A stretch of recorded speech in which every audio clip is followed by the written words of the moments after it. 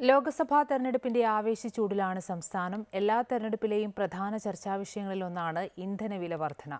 അതുകൊണ്ട് തന്നെ ഇന്ധനം നിറയ്ക്കാനായി പമ്പിലെത്തുന്നവരുടെ അഭിപ്രായങ്ങൾ തേടുകയാണ് വോട്ടേഴ്സ് ടോക്കിൽ ഇന്ന്.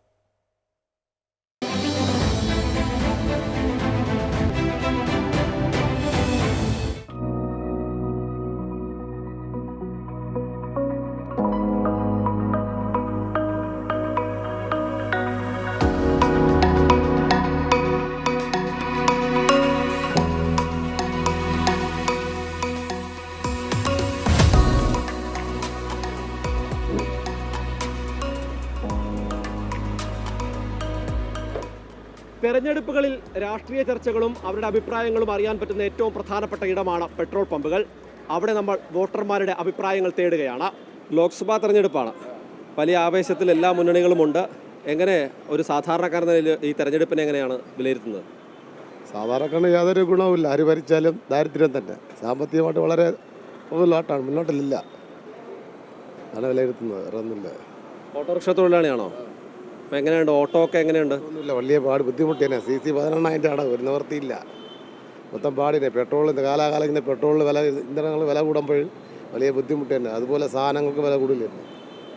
എല്ലാ സമസ്ത മേഖലയിലും വിലക്കയറ്റമാണ്. കേന്ദ്ര സർക്കാർ നമുക്ക് തരാനുള്ള വിഹിതം തന്നില്ല. അതിൻ്റെ പേരിലുള്ള മാറ്റങ്ങൾ. പിന്നീട് ആവശ്യമായ ഫണ്ടുകൾ നമുക്ക് സർക്കാർ അനുവദിക്കുന്നില്ല. ഇവിടെ നിൽക്കുകയാണ്, പമ്പിൽ തന്നെ നിൽക്കുകയാണെങ്കിൽ അറിയാം. നമുക്ക് ഈ സർക്കാർ ആരംഭിച്ചപ്പോൾ ഉണ്ടായിരുന്ന വിലയുടെ ഇരട്ടി വിലയിലേക്ക് പോയിരിക്കുകയാണ്. ഗ്യാസിൻ്റെ വില 411 ഇപ്പോൾ 1000-ന് മുകളിൽ എത്തിയിരിക്കുകയാണ്.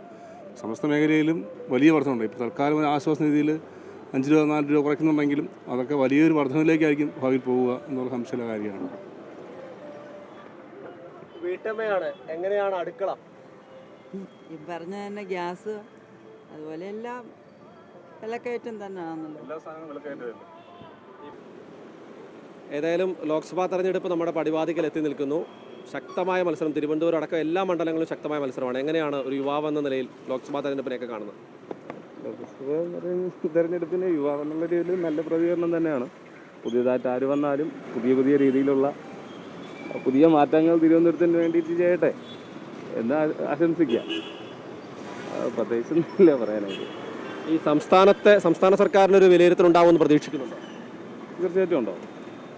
അത് ഏതൊരു തിരഞ്ഞെടുപ്പായിരുന്നാലും ആ ഒരു സംസ്ഥാന സർക്കാരിന് ആ ഒരു ഇതുണ്ടാവുമല്ലോ.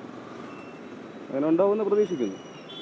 സംസ്ഥാനത്തെ ഒരു തെരഞ്ഞെടുപ്പ് വലിയ ആവേശത്തിലേക്ക് എത്തിയിരിക്കുന്നു. ലോക്സഭാ തെരഞ്ഞെടുപ്പ് രാജ്യം ഭരിക്കുന്ന ആരാണെന്ന് അറിയാനാണെങ്കിൽ സംസ്ഥാനത്തൊക്കെ നിർണായകമാണ്. എങ്ങനെയാണ് വോട്ടർ എന്ന നിലയിൽ? വോട്ടർ എന്ന നിലയിൽ നല്ല പ്രവർത്തിക്കുന്നതാണെങ്കിൽ അവരാണ് എനിക്ക് ജനങ്ങൾക്കും വേണ്ടി മറ്റുള്ളവർക്കും വേണ്ടി നല്ല രീതിയിൽ പ്രവർത്തിക്കുന്ന അവരാണ് ജയിക്കേണ്ടതെന്നാണ് ഞാൻ പറയണത്. അവർക്ക് വേണ്ടിയാണ് ഞാൻ വോട്ട് ചെയ്യുക. അതാണ് എനിക്ക് പറയാനുള്ളൂ. തെരഞ്ഞെടുപ്പ് കാലമാണ്. എങ്ങനെയാണ് തെരഞ്ഞെടുപ്പ് ഏത് തരത്തിലാണ്? വലിയ ആവേശത്തിലേക്ക് എത്തിയോ? എന്നെ സംബന്ധിച്ചിടത്തോളം ഞാനൊരു വലിയൊരു പാർട്ടി അനുഭാവിയോ ഒന്നുമല്ല, ഒരു സാധാരണക്കാരനാണ്. അപ്പോൾ എൻ്റെ കൺസേൺ എന്ന് പറയുന്നത് സാധാരണ നമ്മുടെ ജീവിതവുമായി ബന്ധപ്പെട്ട കാര്യങ്ങളെക്കുറിച്ചിട്ടായിരിക്കും. അപ്പം അതുകൊണ്ട് ഏത് പാർട്ടി വരുമെന്നുള്ളത് ചോദിച്ചു കഴിഞ്ഞാൽ എനിക്കിപ്പോൾ തോന്നുന്നു മിക്കവാറും കോൺഗ്രസ്സിനാണ് ചാൻസ് എന്നുള്ളതാണ് എൻ്റെ ഒരു അഭിപ്രായം. ഞാനൊരു ഇലക്ട്രീഷ്യനാണ്. അപ്പോൾ ബിൽഡിങ്ങുകളുടെ വർക്കോ അതുപോലുള്ള കാര്യങ്ങളൊക്കെ കുറേ കൂടെ നടക്കും എന്നുള്ളതാണ് ഞങ്ങൾ പ്രതീക്ഷിക്കുന്നത്. ഈ ഇന്ധനവില വർധന ഒരു പ്രധാനപ്പെട്ട പ്രശ്നമാണ്. അത് ചർച്ചയാകും തെരഞ്ഞെടുപ്പിൽ. അത് ഒരു ചർച്ചാ വിഷയമാകും. അത് ഏത് തിരഞ്ഞെടുപ്പ് വന്നു കഴിഞ്ഞാലും സാധാരണ ചർച്ചാ വിഷയം ആകുന്നത് തന്നെയാണ്. രാജ്യത്താകമാനം സംസ്ഥാനത്തും വലിയ ആവേശത്തിൽ തെരഞ്ഞെടുപ്പ് മുന്നോട്ട് പോവുകയാണ്. എങ്ങനെയാണ് വോട്ടർ എന്ന നിലയിൽ തെരഞ്ഞെടുപ്പിനെ വിലയിരുത്തുന്നത്?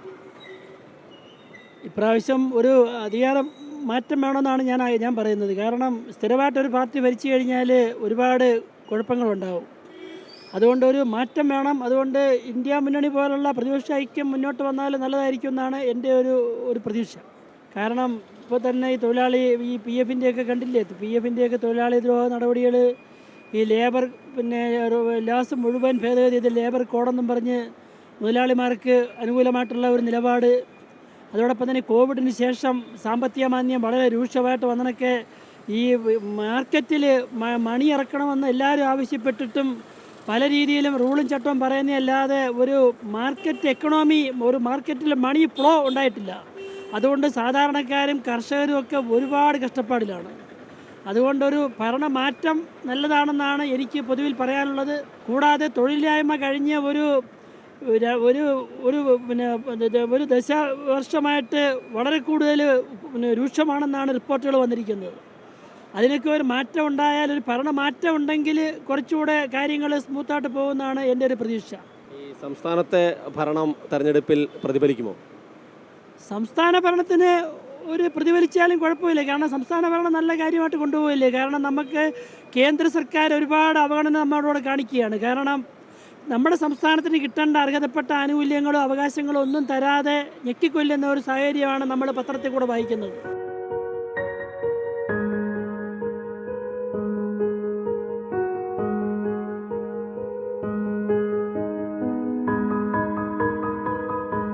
നമ്മളുടെ സംസ്ഥാനത്തിൻ്റെ വികസനത്തിൻ്റെ രീതി അനുസരിച്ചായിരിക്കും ഈ ഇലക്ഷൻ നടക്കുന്നത്.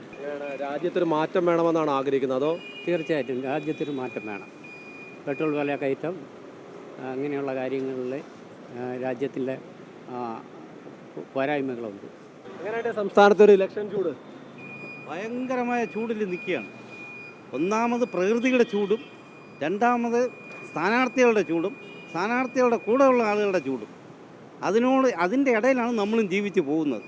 പക്ഷേ ജയിച്ചിട്ട് പിന്നെ അവർ തിരിഞ്ഞു നോക്കാതെ പോകുന്ന സ്ഥാനാർത്ഥിയെ നമുക്ക് ഇഷ്ടമല്ല. സംസ്ഥാനത്ത് ചില സംസ്ഥാന സർക്കാരുമായി ബന്ധപ്പെട്ട കേസുകൾ, ഈ അഴിമതി ആരോപണങ്ങളൊക്കെ നിൽക്കുന്നുണ്ട്. അതൊക്കെ ചർച്ചയാവുമോ? അതൊക്കെ ചർച്ചയാവണമെങ്കിൽ ഇതെല്ലാം പണ്ട് മുതലേ ഇങ്ങനെ അഴിമതിയും ചരങ്ങും എല്ലാം നടന്നുകൊണ്ടിരിക്കുകയല്ലേ. ഇനിയിപ്പോൾ അതൊരു പുത്തനായിട്ട് എടുത്തിട്ട് കാര്യമൊന്നുമില്ലല്ലോ. ഭരണപക്ഷത്തിനായാലും ശരി, പ്രതിപക്ഷത്തിനായാലും ശരി, അതൊരു പുത്തനായിട്ട് എടുത്തിട്ട് കാര്യമൊന്നുമില്ല. ഈ കോൺഗ്രസ്സുകാർ ഇത്രയും ഭരിച്ചുകൊണ്ടിരുന്നില്ല. 5 വർഷം അവർ 5 വർഷം ഇവർ ഭരിച്ചുകൊണ്ടിരിക്കുകയല്ലേ. ഈ ഭരിച്ചുകൊണ്ടിരിക്കുന്ന 5 വർഷമൊക്കെ ഭരിച്ചുകൊണ്ടിരിക്കുന്നവർ എന്താണ് ചെയ്യുന്നത് ഇവിടെ? ജനങ്ങൾ എപ്പോഴും കഴുതയാണ്. എങ്ങനെയുണ്ട്? വോട്ട് ചെയ്യാനുള്ള തയ്യാറെടുപ്പിലേക്കൊക്കെ എത്തിയോ? വോട്ട് ചെയ്യേണ്ട തയ്യാറെടുപ്പിലേക്ക് എത്തി. എൻ്റെ അഭിപ്രായം പറയണമെങ്കിൽ ജനങ്ങൾക്ക് വേണ്ടി ആര് നല്ല കാര്യം, പാർട്ടിയല്ല, ഏത് പാർട്ടി നല്ല കാര്യങ്ങൾ ചെയ്യുന്നോ അവർക്ക് വേണ്ടി വോട്ട് ചെയ്യുക. അതാണ് എൻ്റെ അഭിപ്രായം. അത് അവിടെ രാഷ്ട്രീയം നോക്കിയിട്ട് കാര്യമില്ല. ജനങ്ങൾക്ക്, പാവപ്പെട്ട ജനങ്ങൾക്ക് ഏതെല്ലാം നമ്മുടെ അവിടെ തന്നെ നമ്മുടെ വികസനം, നമ്മുടെ പാർവതി പുത്തനാറ് വളരെ ശോചനീയ അവസ്ഥയാണ്. അതിൻ്റെ തൊട്ടടുത്താണ് ഞാൻ താമസിക്കുന്നത്. തെരഞ്ഞെടുപ്പ് സമയമാണ്. സ്വാഭാവികമായും ഞാൻ മനസ്സിലാക്കുന്നത് കേരളം മുഴുവൻ സഞ്ചരിക്കുന്ന ഒരാളാണ്. അപ്പോൾ സ്വാഭാവികമായിട്ടും തെരഞ്ഞെടുപ്പ്, എല്ലാ സ്ഥലത്തെയും തെരഞ്ഞെടുപ്പ് ആവേശങ്ങളൊക്കെ കണ്ടോ? കണ്ടു തന്നെ. എങ്ങനെയുണ്ട് ഈ ടാക്സി ഓടുന്ന ഒരാളെന്ന നിലയിൽ എന്താണ് തെരഞ്ഞെടുപ്പ് സ്ഥാനാർത്ഥികളോടും കക്ഷികളോടൊക്കെ പറയാനുള്ളത്? എല്ലാത്തിനും ചാർജും കൂടി, ടാക്സിന് എല്ലാത്തിനും ടാക്സൊക്കെ കൂടിയിരിക്കുന്നു. പിന്നെ ജനങ്ങളെ നല്ലതിന് വേണ്ടി പ്രവർത്തിക്കുന്നവരുണ്ട്. ജനങ്ങൾ എന്താണെന്നുള്ള തിരഞ്ഞെടുത്ത് നല്ല കാര്യങ്ങളൊക്കെ ചെയ്യണം നാട്ടിന് വേണ്ടി, ആര് വന്നിരുന്നാലും. അത് മാത്രമേ ഉള്ളൂ. മുൻപത്തെ പോലെ ഈ തൊഴിലുമായിട്ട് സുഗമമായി നല്ല രീതിയിൽ മുന്നോട്ട് പോകാൻ പറ്റുന്നുണ്ടോ? പാടാണ് സാറേ. എല്ലാത്തിനും ഇപ്പം ഡീസലിന് വില കൂടി. അത് കഴിഞ്ഞിട്ട് എല്ലാം പിരിവായിരുന്നാലും പോലീസുകാർ ടാക്സ് അടയ്ക്കുന്നതിൻ്റെ, അല്ലെങ്കിൽ വണ്ടി പിടിക്കുന്നത്, റോഡ് എല്ലാം ബ്ലോക്കായിരുന്നാലും എവിടെയായാലും നമുക്ക് ബുദ്ധിമുട്ടാണ്. തെരഞ്ഞെടുപ്പ് ആവേശത്തിലേക്ക് നമ്മൾ എത്തിയോ? ഏകദേശം വലിയ ആൾക്കാർക്ക് പഴയതുപോലെയൊന്നും ന്യൂ ജനറേഷൻ പിള്ളേർക്കൊന്നും താല്പര്യമില്ല. ഈ ജനപ്രതിനിധികളോടും മറ്റുള്ള കാര്യങ്ങളോടും അവർക്ക് മുഖം തിരിഞ്ഞ് നിൽക്കുന്നൊരു സമീപനമാണ് കാണുന്നത്. അത് എന്തിനു വോട്ട് ചെയ്യുന്നു എന്നുള്ള ലെവലിലേക്കാണ് പൊയ്ക്കൊണ്ടിരിക്കുന്നത്. എന്താണ് എന്നുള്ളത് അറിയില്ല. പിള്ളേർക്കെല്ലാം ഇപ്പം ഇവിടെ നിന്ന് നാട് വിട്ട് പോകണമെന്നാണ് പിള്ളേർ. എങ്ങനെയെങ്കിലും എന്തെങ്കിലും കോഴ്സുകളൊക്കെ ആയിട്ട് പുറത്തേക്ക് പോകാനാണ് അവർ താല്പര്യം കാണിക്കുന്നത്. എന്താണെന്ന് അറിയില്ല. നിങ്ങൾ വലിയ തെരഞ്ഞെടുപ്പ് ആവേശത്തിലേക്ക് മാറിയിട്ടുണ്ട്. എങ്ങനെയാണ് തെരഞ്ഞെടുപ്പിനെ വിലയിരുത്തുന്നത്? നല്ലതാണ്. ഏറ്റവും വലിയ ജനാധിപത്യ പ്രക്രിയയാണ്. തിരഞ്ഞെടുപ്പിൽ എല്ലാവരും പങ്കെടുക്കണം, എല്ലാവരും വോട്ട് ചെയ്യണം. അതാണ് നമ്മുടെ ജനാധിപത്യ അവകാശം.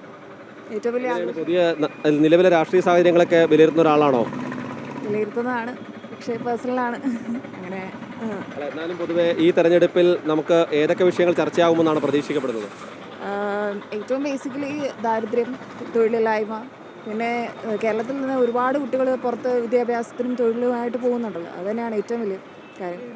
ഈ സംസ്ഥാന സർക്കാരുമായി ബന്ധപ്പെട്ട് കുറേ ആരോപണങ്ങളൊക്കെ വരുന്നുണ്ട്. അതൊക്കെ ഈ തെരഞ്ഞെടുപ്പിൽ ചർച്ചയാകും.